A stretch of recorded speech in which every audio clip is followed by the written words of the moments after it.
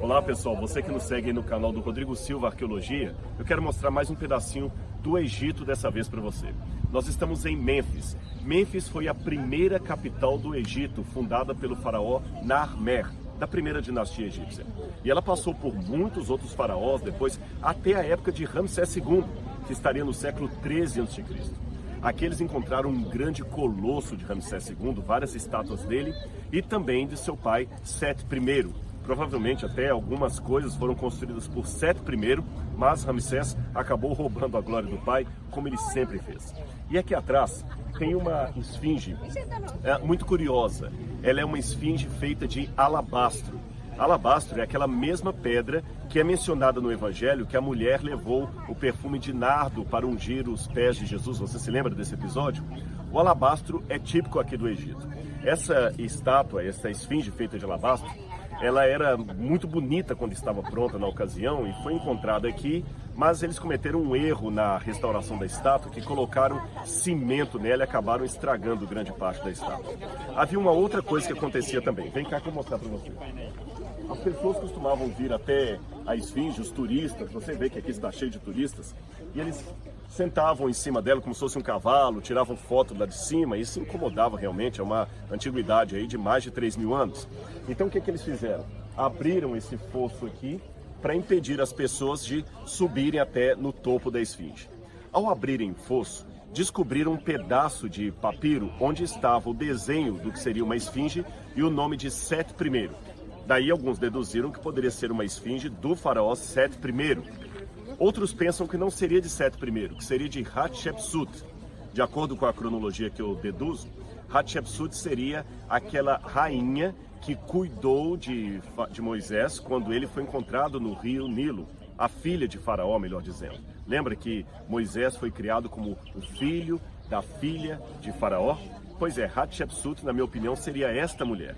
Então aí tem a divisão das teorias, das opiniões. Alguns pensam que a esfinge seria de Hatshepsut, outros pensam que seria de Sete I e até alguns que pensam que seria de Ramsés II. Na verdade, eu não posso afirmar qual dos faraós seria aquele que emprestou seu rosto para fazer a esfinge de alabastro, mas eu posso tirar algumas impressões dessa história. Em primeiro lugar, o passado da humanidade é cheio de mistérios. Mistérios que talvez nós nunca mais desvendaremos, a menos que algum achado possa lançar luz, identificando ou ratificando uma teoria sobre as outras.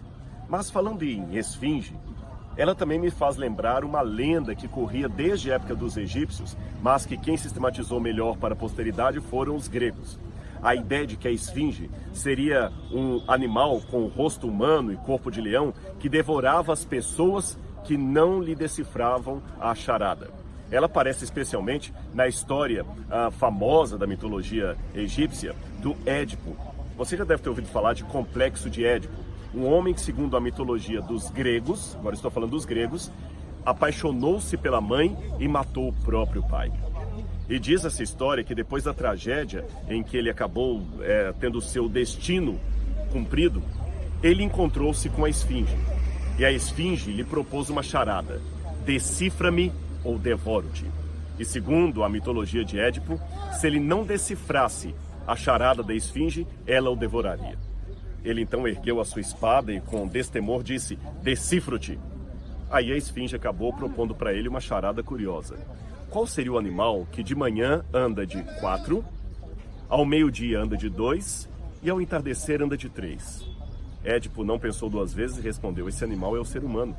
Porque na manhã da sua vida ele está aprendendo a andar engatinhando, anda de 4. Ao meio-dia da sua vida, já adulto, anda com as 2 pernas, anda de 2. E ao envelhecer, no entardecer da sua vida, ele precisa de uma bengala e anda de 3. Segundo a mitologia, a esfinge não suportou ser decifrada e acabou se matando, e Édipo cortou a sua cabeça e levou até a cidade de Tebas, não Tebas do Egito, a Tebas da Grécia, e aí se tornou o rei daquela população ali. Eu quero pegar esta história, misturado com todo o mistério que o passado nos apresenta, e propor para você uma reflexão. Há muitas esfinges que ficam até hoje nos desafiando com a charada decifra-me ou devoro-te. Há pessoas que ficam angustiadas diante de questões que eles não conseguem simplesmente resolver. E de fato a vida é cheia de mistérios. Por que Deus permite certas coisas? Por que a história correu por esse rumo e não por outro? Deixe-me dizer que eu reconheço que grandes achados da humanidade são fruto de pessoas curiosas que procuraram decifrar grandes questões. Mas também devo reconhecer que há perguntas que são sem sentido, que são apenas especulações. E sábio é aquele que consegue diferenciar uma pergunta honesta e boa de uma especulação barata e que não leva a lugar nenhum.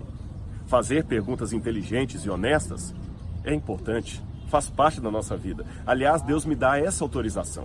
Tanto é que a Bíblia é o livro que mais tem perguntas a serem feitas. O próprio Jesus terminou o seu ministério na cruz do Calvário fazendo uma pergunta legítima de sua alma: Deus meu, por que me desamparaste? E o que diferencia uma pergunta de uma especulação? Em primeiro lugar, o que você quer ganhar com essa pergunta? Em segundo, como você reage quando não tem a resposta dela? Você continua contra as especulações? Você entra em paranoia? Ou você termina como Jesus? Isto, como Jesus. Porque na cruz do Calvário, ele questionou: Deus meu, por que me desamparaste? E o Pai não deu resposta. Mesmo assim, no silêncio...